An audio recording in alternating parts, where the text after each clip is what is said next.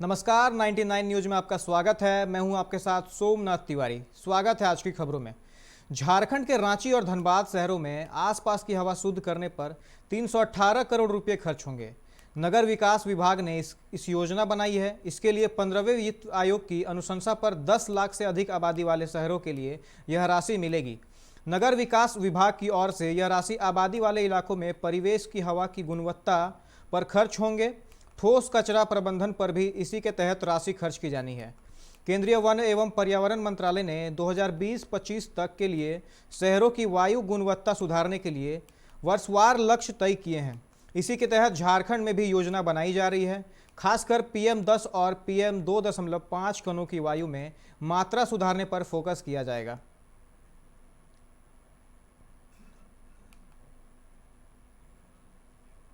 निरसा के मैथन स्थित toll plaza पर ऑटो पायलट यानी मानव रहित टोल वसूली की शुरुआत कर दी गई है, लेकिन आज मध्य रात से बिना फास्टैग गाड़ियों से डबल चार्ज वसूला जाएगा। इस संबंध में टोल प्रबंधक रंजन सिंह ने बताया कि टोल प्लाजा के सभी 10 लेनों को ऑटो पायलट बना दिया गया है।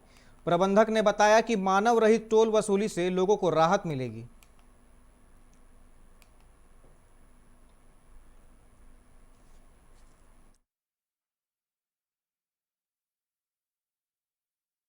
होगा वो गाड़ी बिना रुके मानव रहित बूथ से निकल जाएगी। उसमें कोई ह्यूमन इंटरफेयर नहीं है। गाड़ी का स्कैन होगा फास्टैग से, गाड़ी का पैसा अपने आप गाड़ी मालिक वाहन मालिक जो भी होंगे उनके खाते से हमारे खाते में ट्रांसफर कर दी जाएगी। ये स्कैनिंग में कितने समय लगेंगे? स्कैनिंग में अभी जो हमारे पास है तो 3 सेकेंड का टाइम है। 1 2 3 3 सेकेंड में उसका डेबिट हो जाएगा, पैसा हमारे अकाउंट में भी आ जाएगा। हमने अभी नया वर्जन डाला है। इससे गति जो फास्टैग की गति का जो पैसे का लेन देन था उसको और स्पीडअप हो पाएगा और आगे आने वाले समय में हमें इसमें पूरे प्लाजा पे लागू करने की योजना। सरकार की गाइडलाइंस उसके हिसाब से 15 फरवरी के बाद से हम कोई भी कैश लेन देन देना बंद कर देंगे। सरायकेला के टाटा कांड्रा मुख्य मार्ग पर छोटा गम्हरिया पेट्रोल पंप के समीप अज्ञात कार की चपेट में आने से सड़क पार कर रहे राहगीर की मौके पर ही मौत हो गई। मृतक की पहचान छोटा गम्हरिया निवासी सालकू टुडू के रूप में हुई है। घटना से आक्रोशित लोगों ने शव के साथ सड़क जाम कर दिया। सूचना पाकर मौके पर पहुंची गम्हरिया व कांड्रा पुलिस ने आक्रोशित लोगों को समझाने का प्रयास किया, लेकिन लोग सड़क जाम पर अड़े रहे। मृतक के पुत्री की शादी 17 फरवरी को होने वाली थी। स्थानीय लोगों ने बताया कि उक्त जगह पर कई माह से स्ट्रीट लाइट खराब है। इसकी वजह से उक्त जगह पर आए दिन घटनाएं घटती रहती हैं।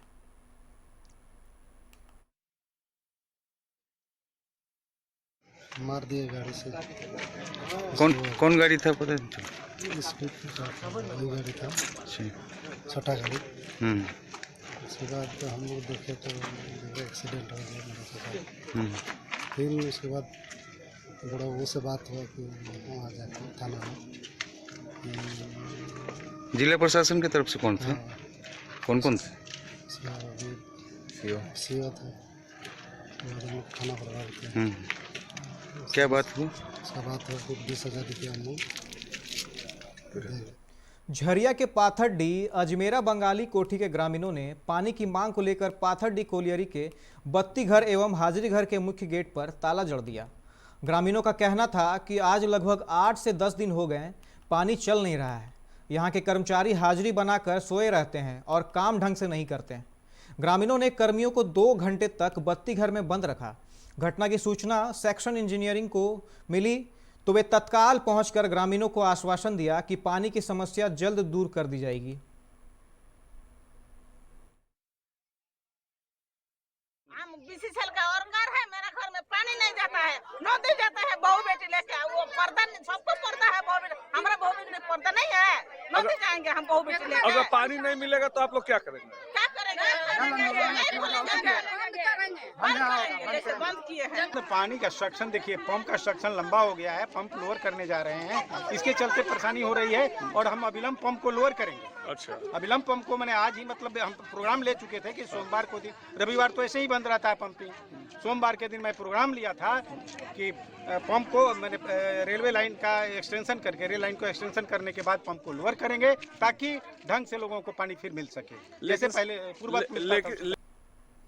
कोरोना वैक्सीन आने के साथ ही पूरे देश में ही लगातार कोरोना संक्रमण के मामलों में कमी आने से लोग राहत महसूस कर रहे थे, लेकिन महाराष्ट्र में एक बार फिर कोरोना संक्रमण के मामले बढ़ रहे हैं। बीते 24 घंटे में यहां कोरोना संक्रमण के 4092 नए मामले सामने आए हैं और 40 संक्रमितों की मौत दर्ज कर दी गई। स्वास्थ्य विभाग में मिली जानकारी के अनुसार बीते 24 घंटे में महाराष्ट्र में 1355 मरीजों को अस्पताल से घर भेजा जा चुका है, जिसके बाद स्वस्थ हुए मरीजों की संख्या लगभग 20 लाख तक पहुंच चुकी है।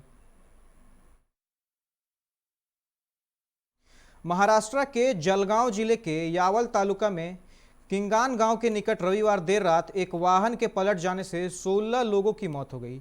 मरने वाले सभी लोग अभोदा, करहला और रावेर के मजदूर थे। पुलिस के अनुसार हादसा उस समय हुआ जब पपीते से लदा ट्रक पलट गया। हादसे की सूचना मिलते ही पुलिस घटनास्थल पर पहुंच गई और लोगों को बाहर निकालने में मदद की। 5 मजदूरों की हालत काफ़ी गंभीर बताई जा रही है। उन्हें इलाज के लिए एक ग्रामीण अस्पताल में भर्ती करवाया गया है। हादसा उस समय हुआ जब एसयूवी चालक का वाहन से नियंत्रण खो गया और एसयूवी सड़क किनारे खड़े स्थित ट्रक से जा टकराई। हादसा इतना खतरनाक था कि एसयूवी को कटर से काटकर शवों को बाहर निकाला गया। इस हादसे में मृतकों के शव बुरी तरह से क्षतिग्रस्त हो गए थे। शवों और घायलों को उप जिला अस्पताल में भेज दिया गया है।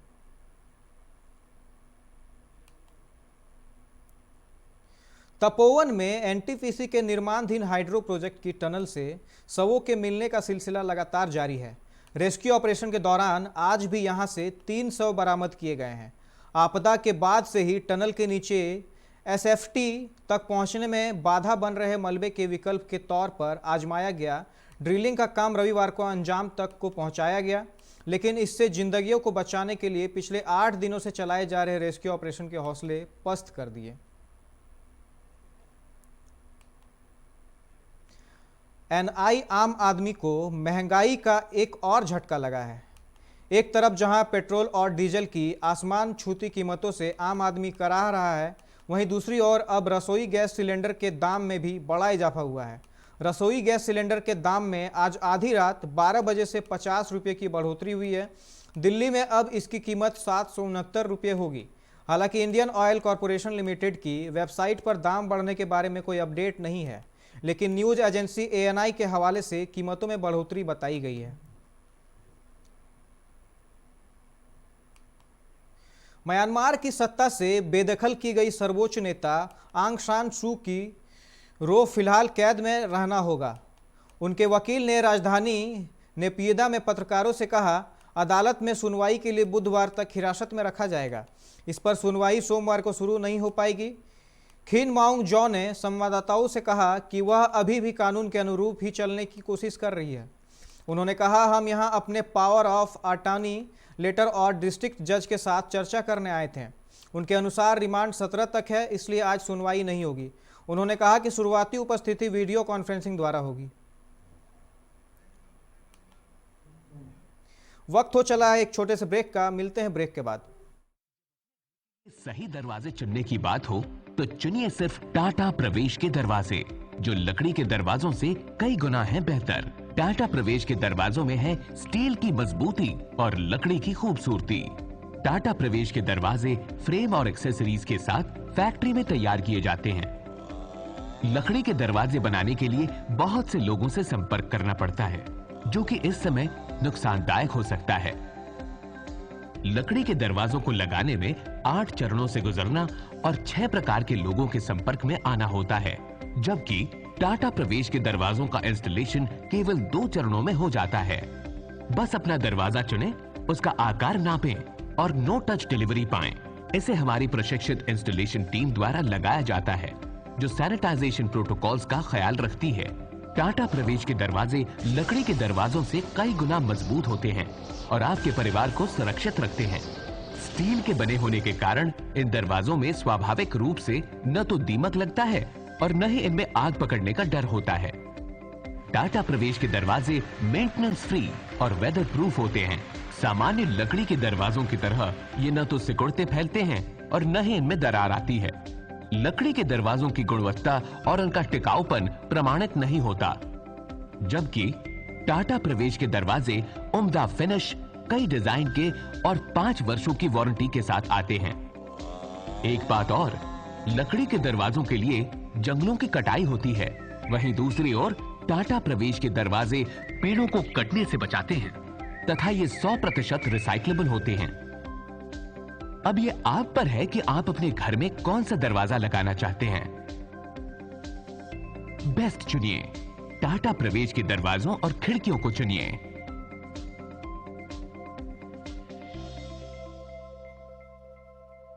Authorised distributor Shri Ram sales, GT road, Govindpur, Dhanbad. आप इस नंबर पर संपर्क कर सकते हैं 7004709213 9534400091।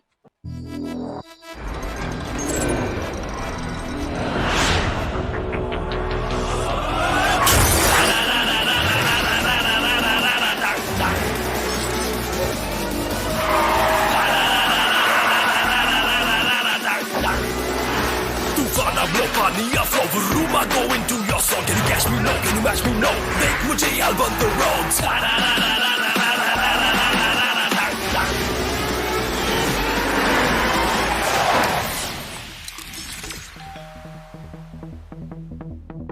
Hi.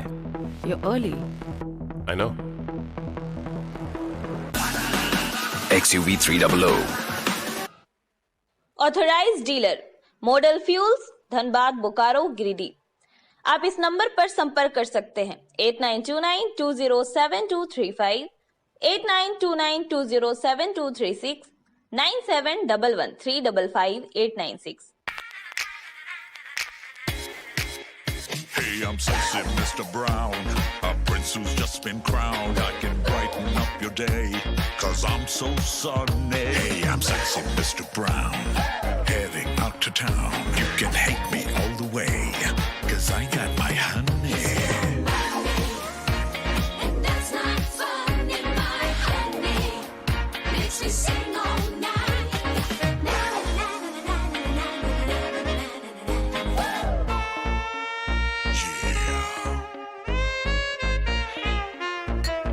Sexy Mr. Brown. Your wait for sheer extravagance is over. Presenting Kia Carnival. Bookings open. जय टीएमटी, भरोसा अटूट एवं सुरक्षित निर्माण का।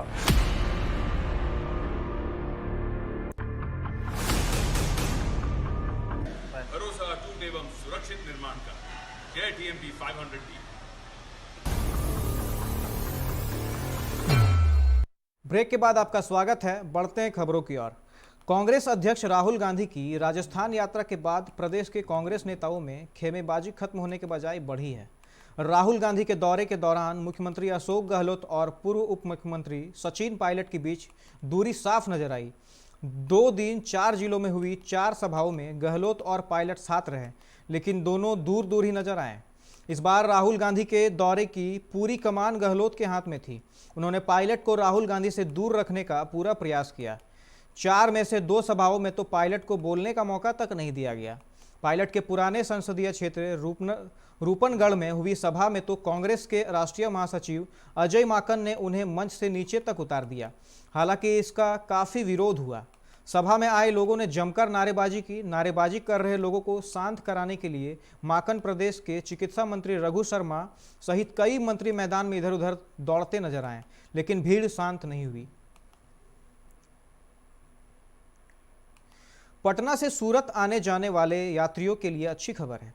सूरत पटना के बीच स्पाइस जेट की सीधी विमान सेवा 22 फरवरी से शुरू हो रही है। अब तक पटना से सूरत के लिए सीधी उड़ान नहीं होने से 9 से 10 घंटे का समय लग जाता था। वहीं नई सेवा शुरू होने से हवाई यात्री 2.5 घंटे में यात्रा पूरी कर सकेंगे। साथ ही यात्रियों के किराए में 25 से 50% से अधिक की बचत होगी। सूरत एयरपोर्ट प्रशासन की ओर से ट्वीट कर इसकी जानकारी दी गई। फ्लाइट संख्या SG 432 दोपहर 12:25 पर उड़ान भरेगी और सूरत एयरपोर्ट पर दोपहर 2:55 पर पहुंचेगी। वापसी के क्रम में यह सूरत से विमान संख्या SG 431 बनकर शाम को 3:25 में उड़ान भरेगी और शाम को 5:50 में पटना पहुंचेगी। यह विमान सेवा फिलहाल 22 फरवरी से 27 मार्च के बीच हफ्ते में 2 दिन सोमवार और शुक्रवार को उपलब्ध होगी। इस रूट पर टिकटों की बुकिंग शुरू हो गई है।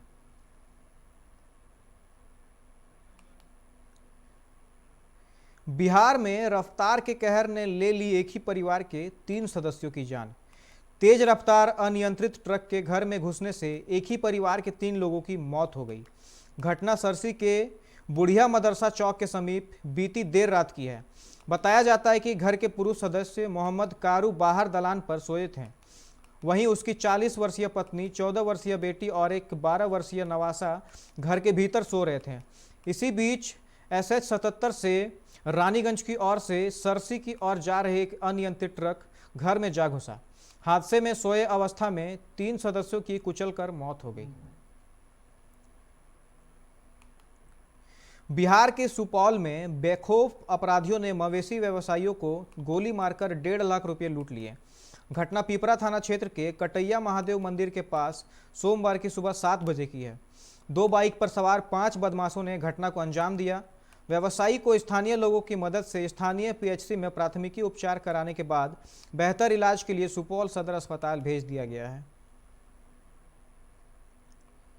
सरकार ने सभी टोल पर फास्टैग आज रात 12 बजे से अनिवार्य कर दिया है। बिना फास्टैग वाली गाड़ियों को टोल से गुजरने पर 2 गुना टोल देना पड़ेगा। दीदारगंज टोल प्लाजा से हर दिन 22,000 गाड़ियां गुजर रही हैं। इनमें अभी मात्र 10 से 11,000 गाड़ियों में ही फास्टैग लगा रहता है। दीदारगंज टोल प्लाजा के मैनेजर संजीव कुमार के अनुसार जिन गाड़ियों में फास्टैग लगी नहीं रहेगा उनसे 2 गुना टोल के साथ ही वहीं पर फास्टैग लगाया जाएगा। फिलहाल अभी एयरटेल, पेटीएम और NHI फास्टैग लगा रहा है। बिहार के पटना में high profile Indigo station manager Rupesh Singh हत्याकांड के मुख्य आरोपित ऋतुराज को रिमांड पर लेने के मामले में आज कोर्ट में सुनवाई होगी। कोर्ट की अनुमति मिलने पर पुलिस उसे रिमांड पर लेगी। दरअसल 12 फरवरी को पुलिस ने कोर्ट में आरोपित को 5 दिनों के लिए रिमांड पर लेने के लिए आवेदन दिया था। रिमांड के आवेदन पर सोमवार को कोर्ट में सुनवाई होनी है। इसके बाद ही तय होगा कि उसे कितने घंटे के रिमांड पर पुलिस को दिया जाएगा। पुलिस ने ऋतुराज को रामकृष्ण नगर थाना क्षेत्र में आर्म्स के साथ गिरफ्तार कर जेल भेजा था। पुलिस का दावा है कि पूछताछ में उसने रुपेश हत्याकांड में अपनी संलिप्तता स्वीकार की थी। बिहार में पंचायत चुनाव के लिए पहली बार पोस्टल बैलेट पेपर की बजाय EVM के इस्तेमाल को लेकर राज्य निर्वाचन आयोग के प्रस्ताव को बिहार सरकार ने मंजूरी दे दी है। हालांकि इसके लिए जरूरी EVM की खरीद होनी अभी बाकी है। पंचायत चुनाव में खास किस्म की EVM का इस्तेमाल किया जाना है, जिसके जरिए त्रिस्तरीय पंचायत चुनाव के सभी 6 पदों के लिए एक साथ वोट डाला जा सकेगा। बिहार लोक सेवा आयोग ने खनिज विकास पदाधिकारी की लिखित प्रतियोगिता परीक्षा की तिथि घोषित कर दी है। परीक्षा 27 व 28 फरवरी को आयोजित की जाएगी। आयोग के संयुक्त सचिव सह परीक्षा नियंत्रक अमरेंद्र कुमार ने बताया कि उम्मीदवारों की सूची आयोग के वेबसाइट पर जारी कर दी है। यदि किसी अयोग्य उम्मीदवारों को किसी प्रकार का दावा करना हो तो वह अपने साक्ष्य के साथ 20 फरवरी तक अपनी आपत्ति को ईमेल कर सकते हैं।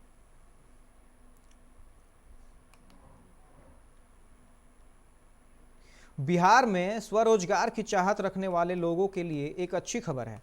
अब वे बिहार से गुजरने वाले तमाम नेशनल हाईवे के किनारे अपनी दुकान खोल सकेंगे। इसके लिए सरकार उन्हें लीज पर ज़मीन देगी। यह लीज एग्रीमेंट 30 साल के लिए है। इसके तहत लीज वाली ज़मीन का किराया सालाना आधार पर देना होगा। इसके लिए केंद्र सरकार के संबंधित मंत्रालय ने एक नीति तैयार की है।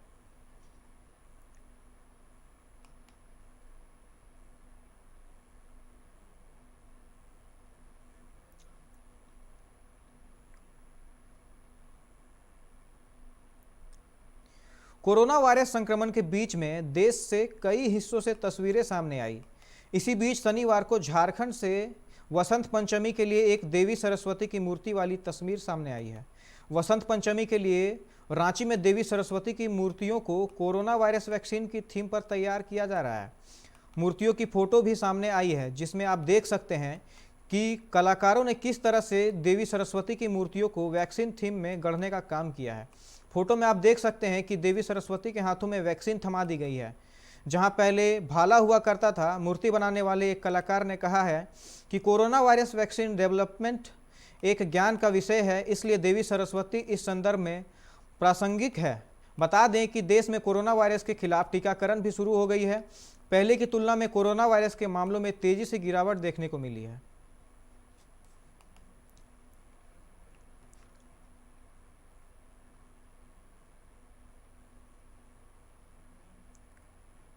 अभी के लिए फिलहाल इतना ही। अन्य खबरों के लिए आप देखते रहे 99 न्यूज। नमस्कार।